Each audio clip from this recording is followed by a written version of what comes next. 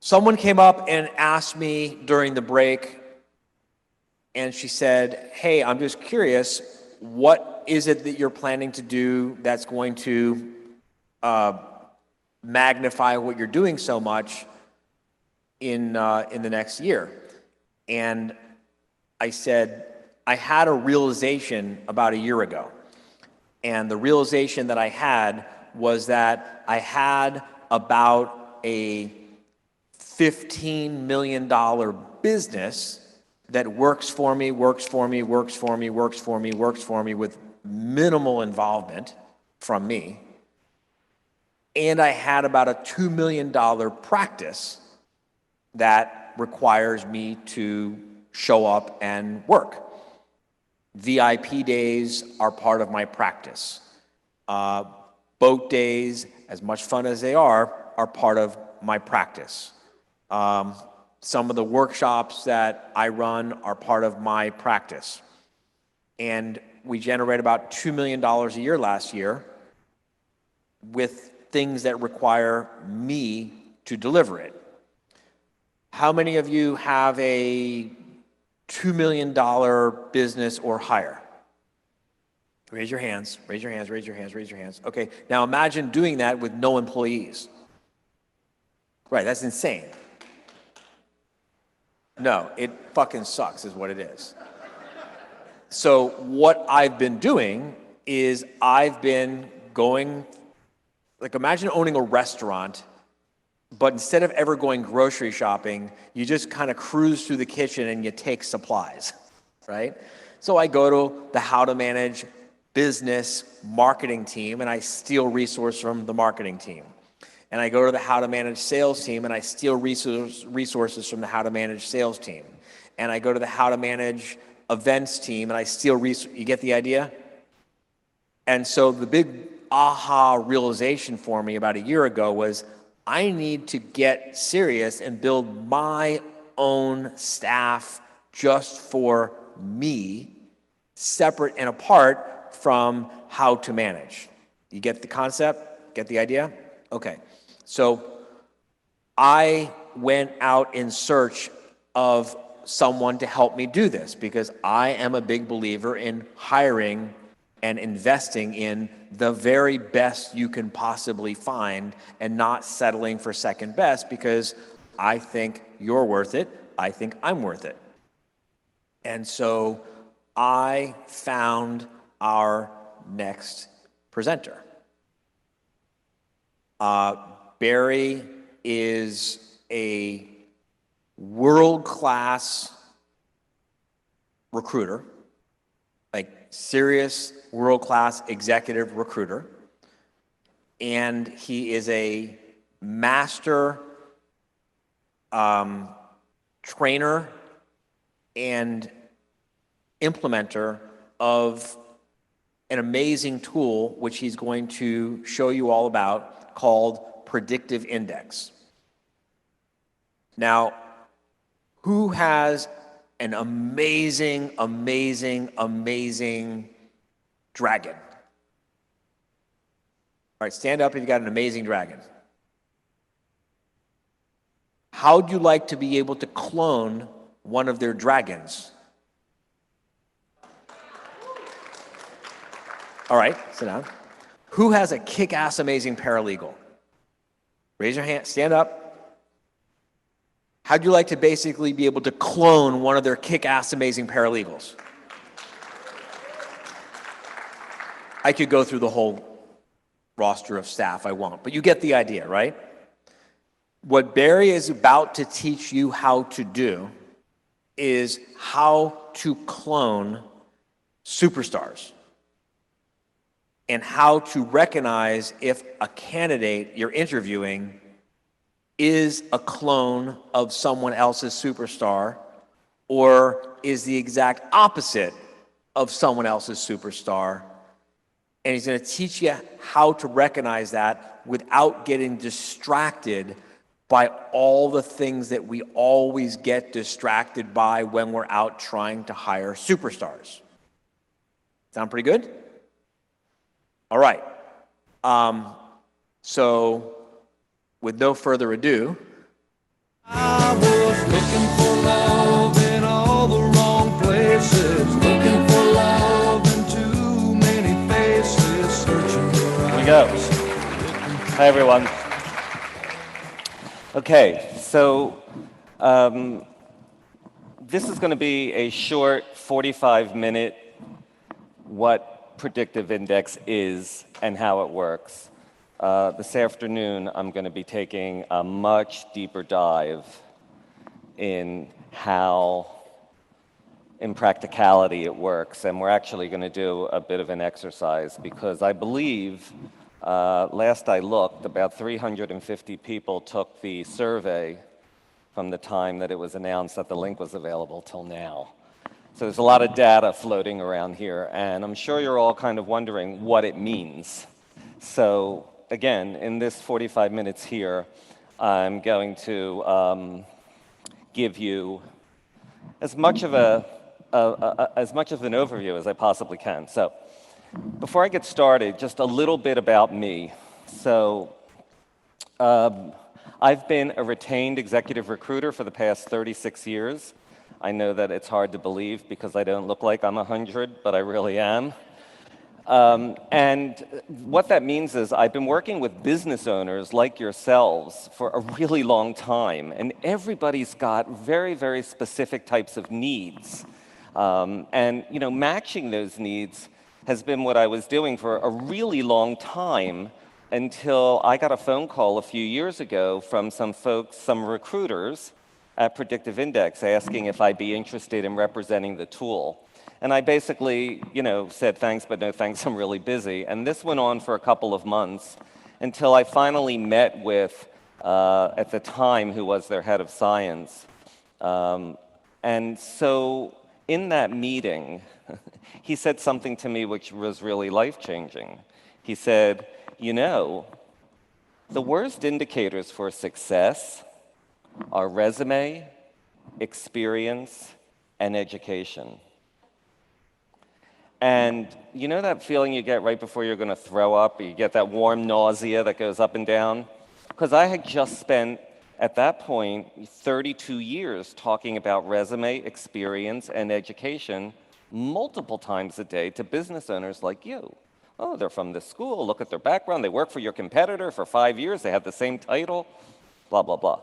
He went on to say that the best indicators for success in any role are matching the person's behavioral and cognitive drives with the behavioral and cognitive requirements of the role. Now, at the time, I had no idea what the hell he was talking about, but it's true. And so that's what Predictive Index does. And in fact, for all of you who took the survey, we were able to match your behavioral drives, map your behavioral drives in the 4 to 6 minutes that it took you to do the survey. Okay, so I put my pattern, my self pattern.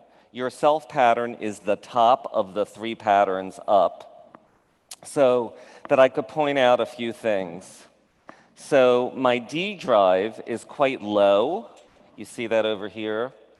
So that means that I'm very, very flexible. So when they told me that I was going on at 9 this morning, I was like, great. And then when they said at 10, it's not going to be until 11, I was fine. And then when they said it's going to be in 15 minutes and it wasn't, not a problem. Because I can roll with it. That's my low D, okay? And there's a whole bunch of other information in that pattern that I'm not going to share with you quite just yet, but you will get to it, okay? And then we'll and this afternoon, we're going to take a look at all of your patterns, and I'm going to tell you basically what they mean and how they work and such. Okay, so the predictive index basically has 3 modules: design, hire, inspire. We're all about hire this weekend. Okay, this LQM is all about hire. Like, how do you hire the best people? And how are you sure that they're going to actually do what you need them to do? Now, here's the thing. This tool is 66 years old. They've done 37.5 million assessments. Thousands and thousands and thousands and thousands of companies use this tool. You cannot say We will help you eliminate hiring mistakes if it is not true. Because what will happen? You'll be sued, said the group of lawyers. So it really does work if you use it, if you use it correctly. So again, there's nobody in the world who owns a business that would argue with the fact that 90% of business problems are people problems. I'd like you to take a look at this list and just count off all of the things that keep you up at night in terms of your people, okay? Normally, if I'm in a smaller group, I ask everyone to, just shout out the numbers, but that would be a little unwieldy here. But you get the point. These are all things that the tools can help you deal with. And again, if you're not answering these questions in the affirmative, then that's something you need to address. Predictive index exists because any business that has people working for it needs to understand them. And if you do not understand your people, how do you expect to have an operational, highly functional and operational business? It just can't happen. Because how do you know that you're asking people to do things that are reasonable? Certainly not because they said they could do it, and certainly not because their resume says they can do it. Right? So I tried to make this slide pretty, and I just couldn't. So, a workplace psychometric assessment is scientifically validated.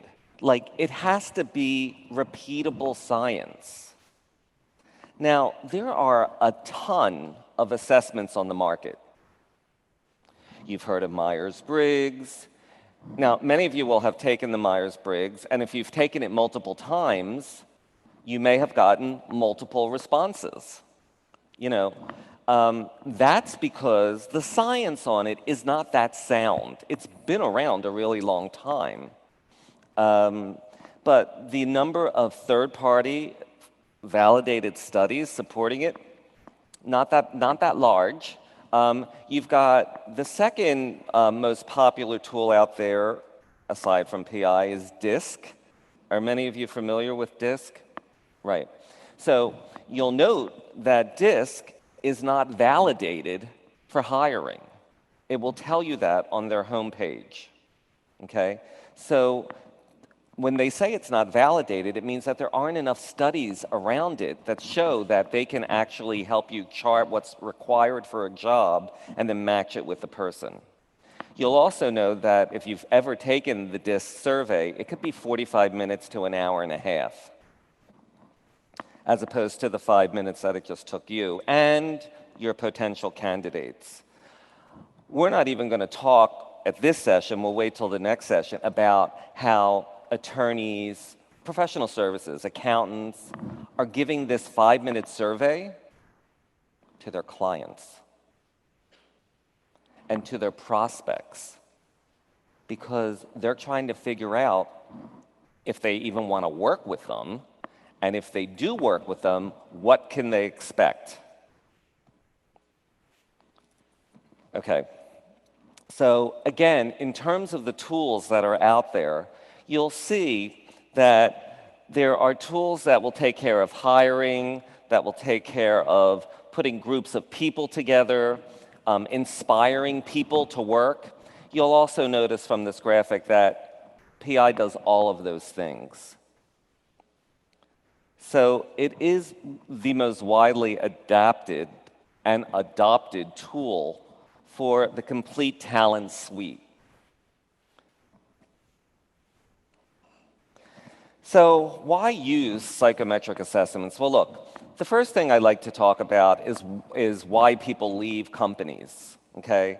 So I'm not going to beat this up, but the only thing on this list that costs you money is compensation. You cannot get great talent if you're not paying a competitive wage. That's really the only non-negotiable. That's the only thing that costs you money. Anybody have an idea what the number one reason is why people leave? Exactly. People join companies, they join firms, and they leave you.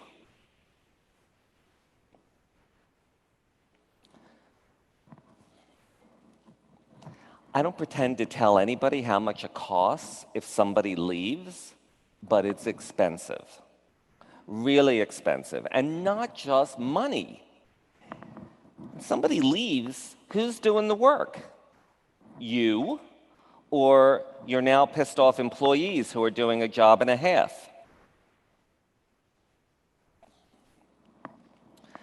Here's the thing. This is art imitating life. We get it right about 50% of the time. And I'm not just talking about hiring. I'm talking about what you order in the restaurant, what size pants you buy, who you choose to live with. Okay? We get it right about half the time. I'm telling a bunch of lawyers about divorce. That's rich. So, sorry, just dawned on me. So the other thing is, there are undeniable studies abound on how much bias and first impressions dictate who we are interested in. So I worked in a Madison Avenue executive search firm, and at the time we were servicing marketing agencies, PR agencies, advertising firms. And you want to talk about the slickest candidates? They package themselves, they look great, they knew what to say. That's their job, that's what they were getting paid for. They would come in, and we would all, after they would leave, after we were interviewed, we would literally have pools on who was going to get asked back based on what they looked like. We called it the Clark Kent Lois Lane syndrome, because inevitably, all the candidates that presented the best got asked back in, and they were not always the most qualified. That's bias. There are over 100 different types of bias. Google it, you'll find them all. These are the top 3 biases that anyone in this room has committed multiple times when you've been looking at candidates. Oh, they went to such and such school, so they must be really smart. Or she reminds me of so-and-so, so she's really successful. Or he was the captain of the football team, so he must really know how to rally the troops and be a leader. It goes on and on and on. This is what we do. So here's the thing. When you're meeting somebody, we like to say the whole person shows up, whether it's for work or for the interview. It's always going to be the whole person. Then your bias is kicking in. So the first thing is we get their briefcase. That's their resume. That's their experience. That's their education. Remember, like the most unlikely determinants for success? That's what we go on, okay? Now, in the interview, we also ask them about what they think, what's in their heart, what's in their motivational drives, their values and culture. But what we don't do, what we can never do, is understand what their drives are, what their behavioral drives are. And when I say behavioral drives, I mean, are they going to be dominant? Are they going to be really supportive? Are they going to move fast or slow? Are they going to be really detail-oriented or just really okay with risk and be really adaptable? There's multiple variables that we cannot know. We just can't know them. They are the behavioral and cognitive drives that this tool measures. So what do? We base our decisions on briefcase and heart, how it feels, what their passions are. How many of you have interviewed candidates who have said, I really want this job, I'm just not sure I'm going to like it? I really want this job, I'm just not sure I can do it. Right? Okay. So you kind of get the point that we're guessing. We're guessing. So the tool allows you to stop guessing. So this is what I heard when I sat in that room with the scientists at PI. This was the life-affirming, changing comment that I really didn't understand, but it is the basis of the tool. So we all want to know why people behave the way they do. Here's the thing. We are all born with drives. Every one of us is born with drives that do not change over our lifetime. They're what we call, in the results that you got, are ABCDs: dominance, extroversion, patience, and formality. And I'm going to talk a little bit about them today, now, and then much more deeply this afternoon. So what changes over our lifetime are morals, our values, our likes and dislikes, our preferences. Thank God that changes. Can you imagine adults having the same morals and values as a teenager? Although we all probably know some adults for whom that hasn't changed, right? Okay, so we're all born with drives that don't change, and these drives create needs. So we're all born with the drive to survive. So we seek shelter, we seek food, we go out to eat, we cook, okay? So these drives create needs, and then in order to get our needs met, we have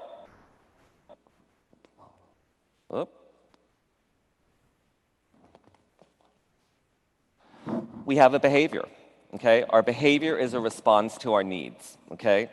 So when you see somebody walking into Starbucks, what do you think is going on there? Right, they're going in to get a beverage. They're going in to get an expensive beverage, usually warm, but not necessarily. But they're going in to use the bathroom, to get directions, to meet a friend, to buy a newspaper. You see, we make up stories in our head. We see something, we meet someone in an interview, and we've got it all figured out while they're still in their second sentence. But here's what happens. If we're only seeing the behavior, we're guessing at what their drives are and what they need. It's just one big guess. But if we can measure the drives, which you have all seen we can in the amount of time it took you to do the survey, then we can predict what they're going to need to be happy and what their behavior is going to be. Thus, the predictive index. So PI doesn't measure behavior, it predicts the behavior quite accurately based on a person's drives. So this is revolutionary, right? So again, the tool is 66 years old. For all but the past 13, 14 years, it had been a family-owned business. And so it really hadn't been fully marketed. The new owners came on board. They were users of the tool in their respective companies, and they've really pushed it out quite a bit. So there are 3 assessments that we're going to talk about in brief. The BA, that's what you all took, the 5-minute survey. There's a cognitive assessment. You haven't taken it. You probably won't take it. We don't give it to current employees. We give it to candidates. Cognitive, as I'll mention a little further down, is not IQ. Cognitive is how quickly somebody learns, adapts, and synthesizes information. Because every role in your firm requires a certain degree of cognition. It's different for the paralegals than it is for the non-sales attorney, non-attorney salesperson, than it is for a junior attorney, than it is for a senior attorney, and so forth. And then the job assessment. So the job assessment, this is the gold standard. This is for your role. RJon was talking about, imagine somebody has a great dragon. Let's get a pattern for that great dragon. Now, the one thing I'm going to add to what RJon said is sometimes what is a great dragon in their firm might not necessarily be in yours. It might be close, so we might need to tweak it a little bit. We get customized patterns because a larger firm might have different requirements than a smaller firm. So this is not an off-the-shelf tool. You customize it to your firm's needs, okay? So on the BA, we're able to look at 17 different profiles. Now, they all mean something, okay? They were created to help people talk easily about themselves in a very shorthand way. They're not very specific, but in the one sentence that dictates, and on the top of all of your results, you will have seen there's a reference profile pattern, okay? So it really does become your secret weapon because you start talking in terms of reference profiles. So we really need a persuader in this job, or we really need a craftsman in this job. Make it really as easy as it can possibly be. Now, again, there have to be validated studies.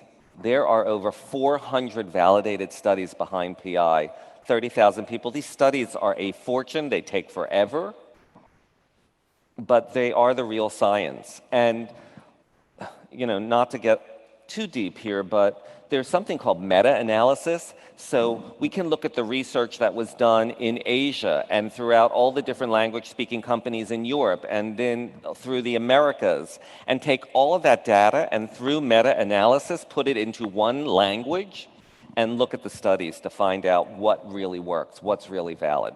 That's what happens with these tools. I've met some of the scientists at corporate headquarters at PI. They do nothing but study the cultural significance of words all day, every day, and how people react to them. And then they correlate their behavior and their actions to the words. So we come up with a pattern, okay? So this is what the BA pattern looks like.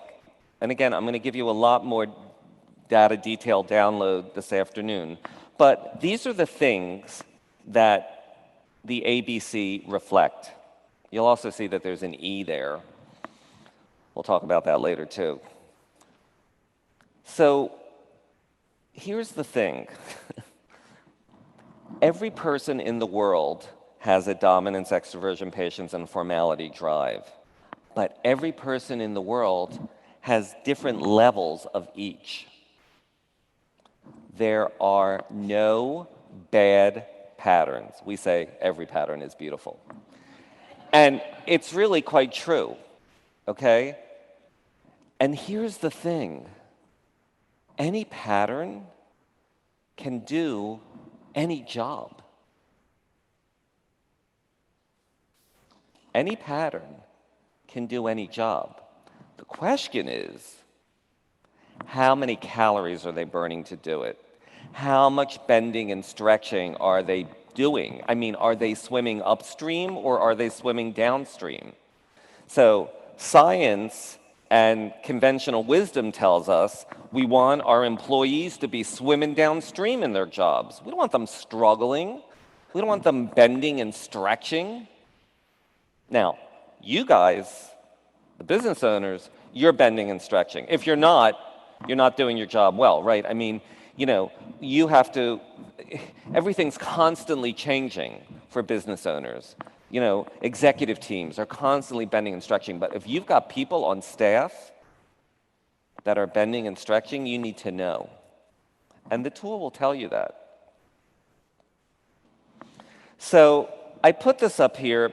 There's RJon's pattern and there's Renee's pattern. So I want you to see that they're pretty damn similar with the exception of the D drive. So you'll notice that RJon's pattern is way over to the left, okay? So this makes him innovative, flexible, and adaptable, okay? Not that great with the details, us low Ds. My D is actually lower, as you saw. But look at Renee's. Renee's D is all the way to the right. It's higher. She's all about the details, okay? She's all about the details. Now, her C and RJon's C drive, the patience drive, is all the way over to the left. That means they're pretty impatient. And they like to move fast, okay? But you get a different behavior and performance from somebody who has a C, D, like RJon, than you do with someone like Renee, who has, again, the low C impatience, but look at that D, all about details. Good thing that she runs operations. Would you not say that you want your operations person to be detail-oriented? Right. Okay. Would you hire an operations person who had a D where RJon's was? Probably not. At least you'd be quite disappointed and annoyed when things start slipping through the cracks. So, in terms of the absolute spectrum of these patterns, you know, the A drive goes from one side to the other, and thousands of different positions in between. It's not just you're all this or you're this. It is you can be moderately, very, or extremely in either direction. So to illustrate this, I'm going to show you a video. Now, I'm only showing you one now. I'll show you the other three this afternoon. These video clips were done about 15 years ago. They are a buddy of mine. He commissioned them to do them. They're a little outdated, and it has been pointed out to me more than once that they're a little sexist because the men are in the positions of power and the women are not. So I want to just call it out, and I'm just saying. Okay. What you're going to see is a high A, and you're going to see a low A. You're going to see the dominant in a rush, calling the shots, and you're going to see the collaborative team player, the supportive. Okay? It's all dominance. It's just how much does each of these persons have? Do you have a moment? Not now, Marie. It's crunch time. I got to get these catalogs out by the end of the day. Do you have a moment? Oh, no problem. What's happening? I've got bad news. Long Beach is down. The power went out in the middle of their run. No, this is going to be a nightmare for those poor customer service people. What can we do to help? What? All right, we got to come up with some options, and fast. What are we going to do? Why don't we ask Charlie? He's in charge there. He'll know what's happening. We can rent some generators, or we can send everything to our San Diego shop. Or even better, we can lean on Thatcher Press. They owe us. Well, you know, Charlie, he'll probably tell us there's nothing we can do until they get the power back up. But we've got to do something. I'll call the client. Maybe we should think about giving them a discount on this job. Thatcher will just have to come through for us. If we don't get these catalogs out today, we'll look like idiots. And Ames is too big of a client to lose. This will work. Okay, so you could clearly see the difference between the high A and the low A. So here's the thing. Every role in your firm requires some degree of A drive. And it can be on a continuum. It is on a continuum. And you kind of want to get it right. Because if you don't have enough, stuff's not going to happen. If you have too much, stuff's not going to happen. You can't know these things from an interview, from just sitting down and talking to somebody. So, once again, you look at the A drives for RJon versus Renee. Who's more bossy? You can see the difference. Like, Renee is no wilting rose. You know that. She can call the shots. But you can see that her presentation is going to be a little less intense than someone like RJon's or a higher A, okay? And listen, I've got clients who will not hire somebody whose A drive goes any higher than, that first square. They're like, I don't want the pushback. I don't want the challenge. And I've got other clients that want a really high A because they want that.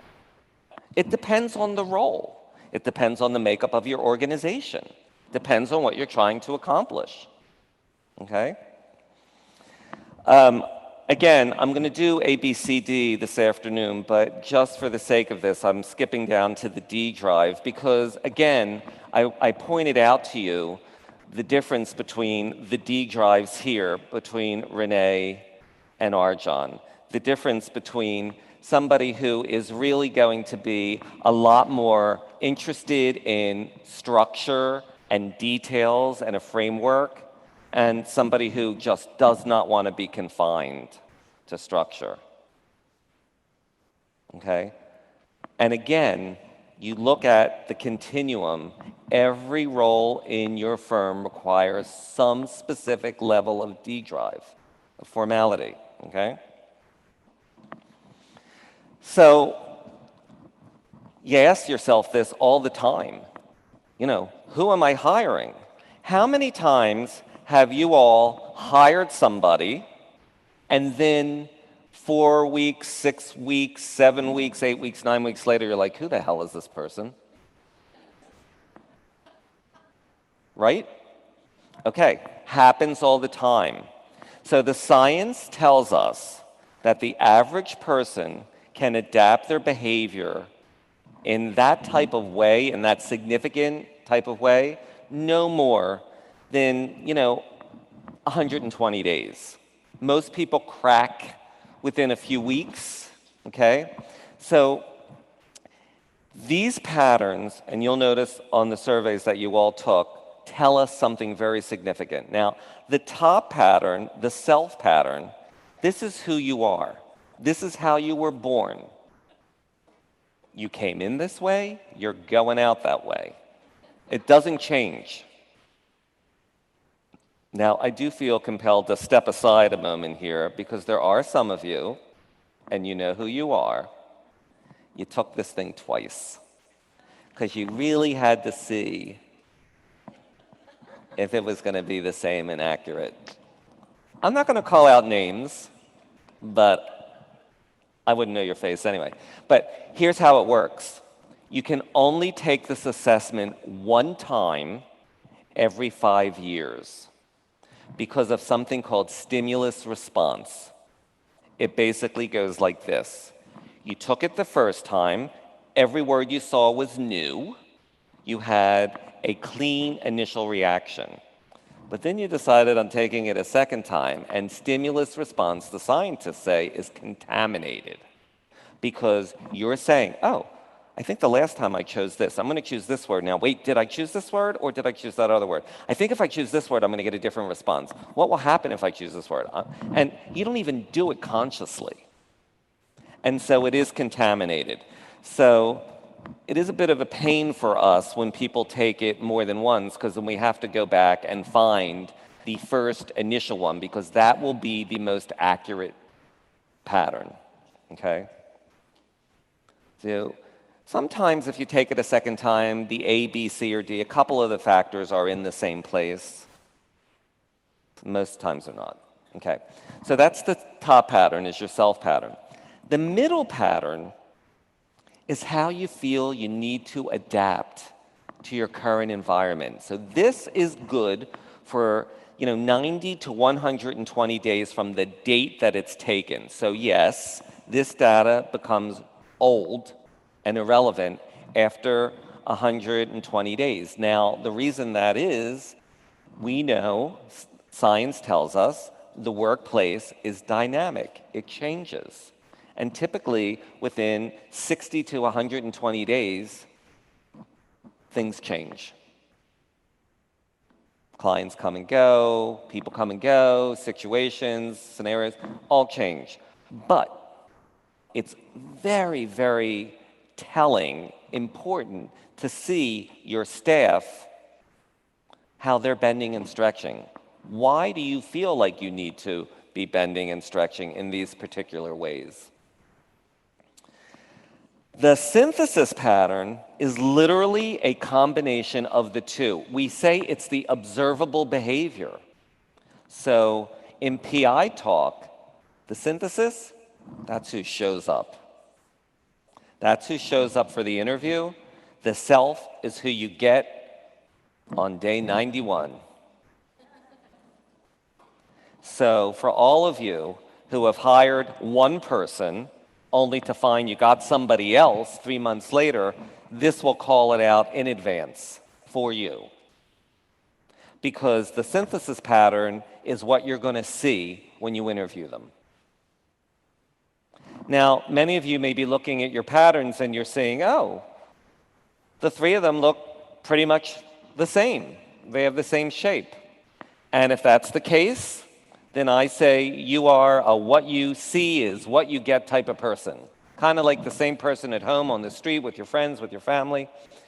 Most people have a little bit of variance in those three patterns because their environments are asking them and causing them to bend and stretch.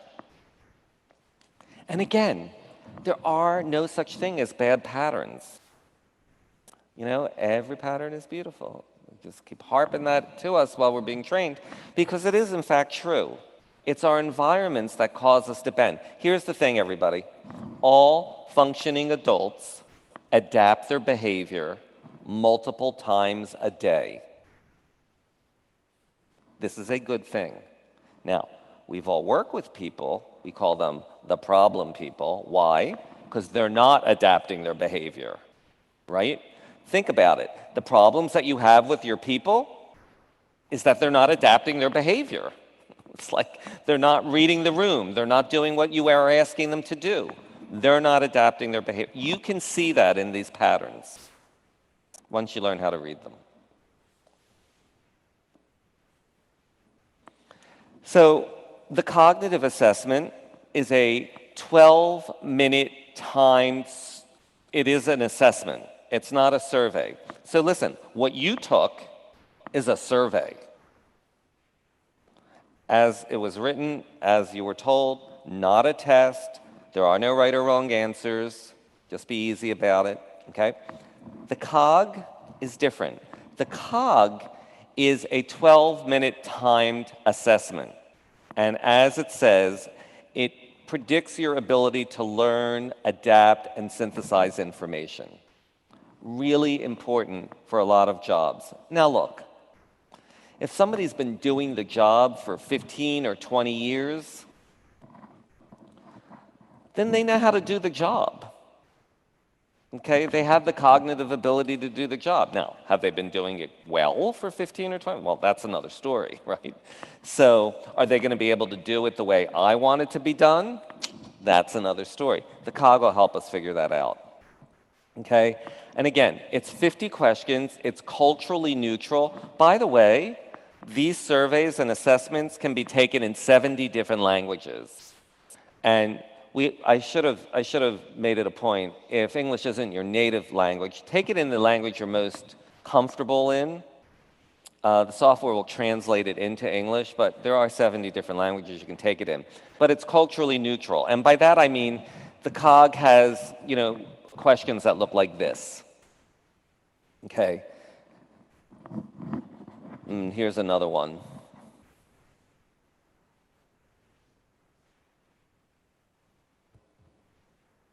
Okay. They get progressively more difficult. Most people do not finish all 50 questions. But here's the thing. The difference between a higher and a lower COG score is the time it's going to take a person to learn in a complex environment. So the more complex the work environment is, the more you're going to benefit from a person who can understand complex ideas and adapt to the environment and synthesize information quickly. So depending on the job and the environment, this is something that you want to take into account. And, more is not better, is the best way to say this. So if somebody comes into a role where their COG score is higher than your target for the job, does anybody want to take a guess what's going to happen? They're going to be bored. Exactly. And what a nightmare that is. Because when people are bored, they become disengaged. And then they ultimately leave. Only after sowing discord and unrest amongst the other coworkers. okay? So the tool will actually show you what the target score is for the job and then what the person's score is. And you want to be within like a 20-point range of either side. So here, this person has a COG score of 230, the target's 250, so they'll stretch a little bit. As a recruiter for 3.5 decades, I can tell you stretching is good. People like that. It gives them something to work towards, you know? If it's too easy, it's too easy. And again, if they come in above 270, they're a flight risk. You know, they're going to be bored. Now, a lot of times clients say, oh, that's okay. They have a higher COG score. I'll just give them more work. And to that I say, oh, so you're going to give this person a whole different agenda special deal, and you're going to manage that? You're going to keep track of how much more they can take, and you're going to be giving them different types of work than you would the same level person in your company? It becomes untenable. You know?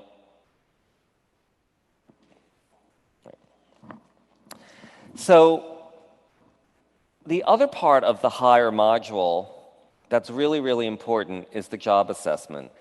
And this is a process, and this is what HTM is really going to help you do, because it can be somewhat time-consuming, but once it's done, it becomes the gold standard for that role in your organization. So it not only will help you with assessing candidates to fit the role, but it'll also help you with your current staff. So you can determine whether or not you want to promote somebody, whether they're going to be able to do it, or if you're going to give them a lateral move. Maybe you're going to give them some more responsibility, or maybe you're going to give them a special project, okay? Or you're going to provide them with some type of growth assignment. Because this pattern will tell you if their A, B, C, and D is close enough to where it needs to be to do the job the way you want it done. Okay? We're really trying not to fit a square into a circle. We really want to make sure that even though they've got the best resume and they work for a competitive firm and went to a great school, that they're still going to be able to do the job the way you want it done, and they're going to be happy doing it for long periods of time. So part of the job pattern creation process is going through, you know, we say 20 to 40 minutes. It could be a little bit longer, depending on how many people are contributing. And we look at a whole bunch of behavioral aspects. There's actually 90 of them that we look at. And then we look at a whole bunch of cognitive components. These are them. These are the things that you want to measure for. Some of these things are going to be more important to you. You know, most business owners look at this and they say, every one of those things is important to me. How many of you, when you're interviewing candidates, touch upon these topics in your interviews? Right. A couple hands went up. That's good. If you are touching on all of those things, good on you, because these are really, really important. Most people don't, and most people don't know how to quantify how much of these things they need for each role, because it's going to be different. Your junior attorney versus your senior attorney versus your paralegal. They're going to be different. And when we look at these things, we have to determine whether it's a basic, intermediate, or advanced need. Okay? Again, depending on the role, they're all going to be different. It's arduous, but the output is the pattern. So once you do this, this is what a job pattern looks like. And as you'll see, the software will rank them. You'll see the numbers under the match. It says match score.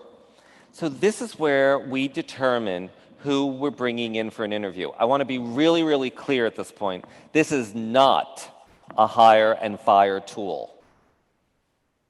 This is a who should I interview tool.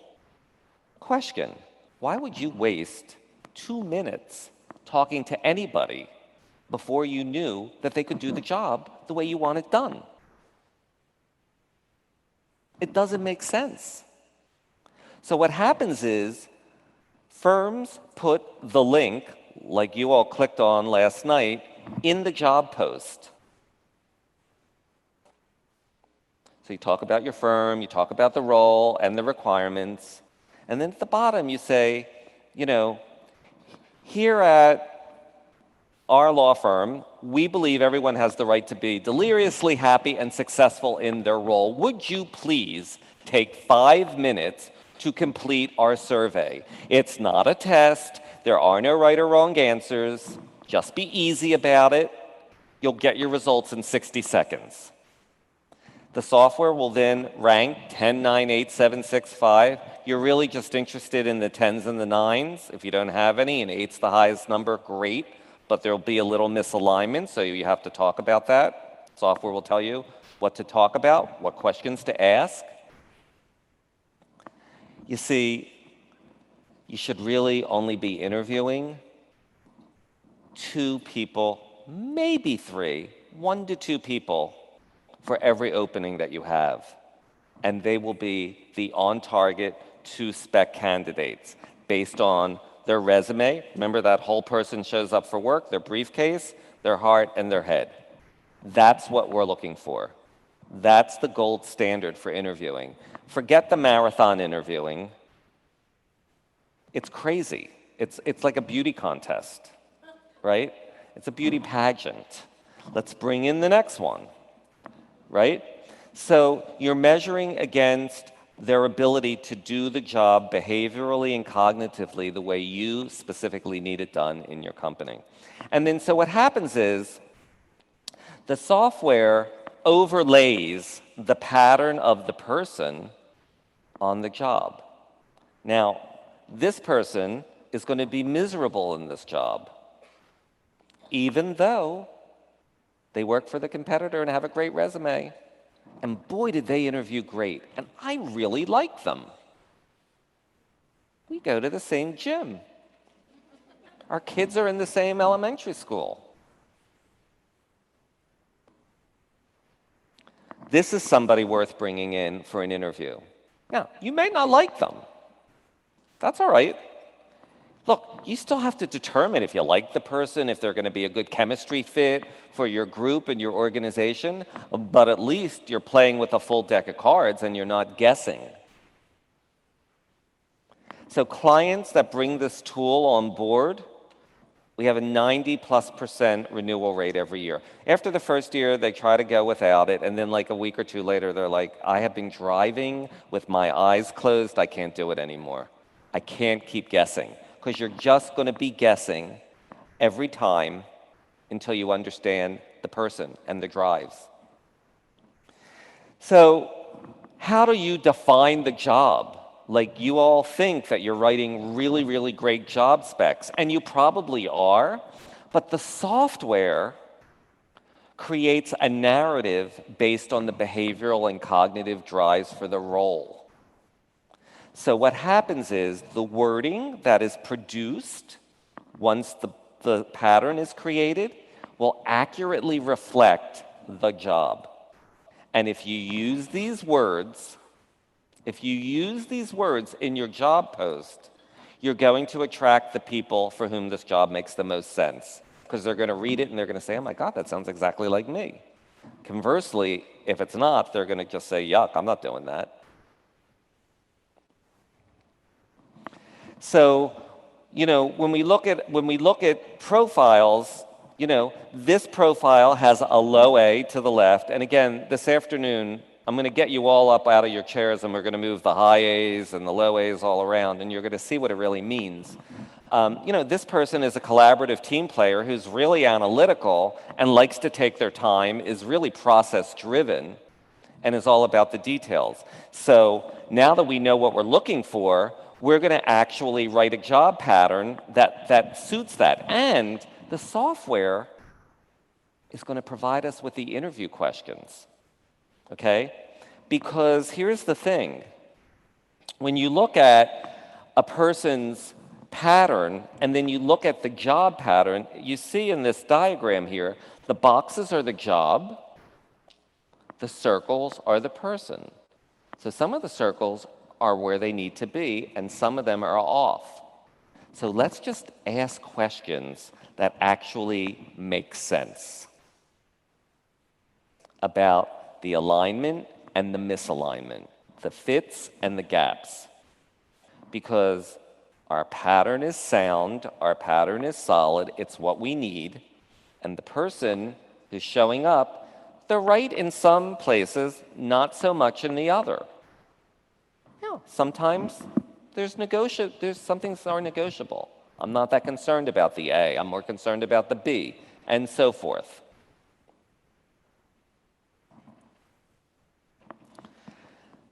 Once you actually have the person, there's been a lot of talk about onboarding here. And look, HTM's got it down. Like, there's certain stuff that has to happen in an onboarding process, for sure.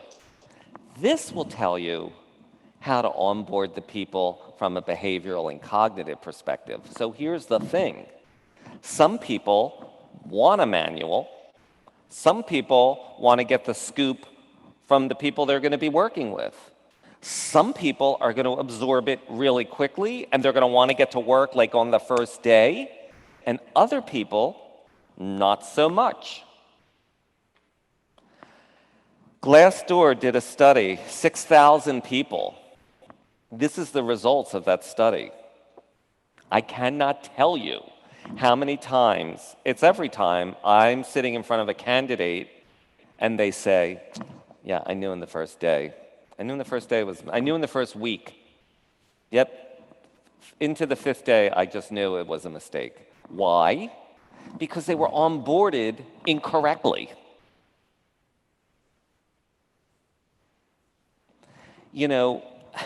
I was with a client last week, and they were onboarding somebody who had a very low B. Let me advance a slide. So this is a high B, it's to the right. This candidate, this new employee, had a very low B. It was really low. It was under where the A is. So that's somebody who really doesn't love a lot of fanfare, a lot of interaction, and they were taking her out to lunch. The whole firm was taking her out to lunch. I said, that is this woman's definition of a nightmare. Is it too late? How about one-on-ones? Have each person in the firm take them out to lunch one day, because that is going to be a hell of a lot more enjoyable, palatable, and productive for that person. And I could go on and on about onboarding based on a pattern. Again, there's some stuff that you have to know. There are processes and procedures, absolutely. But how you dish it out is really the difference between somebody being successful or not. So I'm getting the wrap up here. So here's the thing. We're all about knowing how we are so that we can understand how to manage people. You can't be a good manager unless you really understand who you are, how you roll, And, this is what I'm going to leave you with. At the end of the day, we all know what we need to do. We all think that we're really self-aware. And we all think we understand how people see us. But we really don't. We really don't know how people see us. And we really don't know how people are motivated, what their drives are. We're just guessing. So you can take the guesswork out of the whole process by understanding yourself and the people that you work with. So I look forward to talking to you more about that this afternoon. We'll take a deeper dive, and I can answer your questions then. Thank you.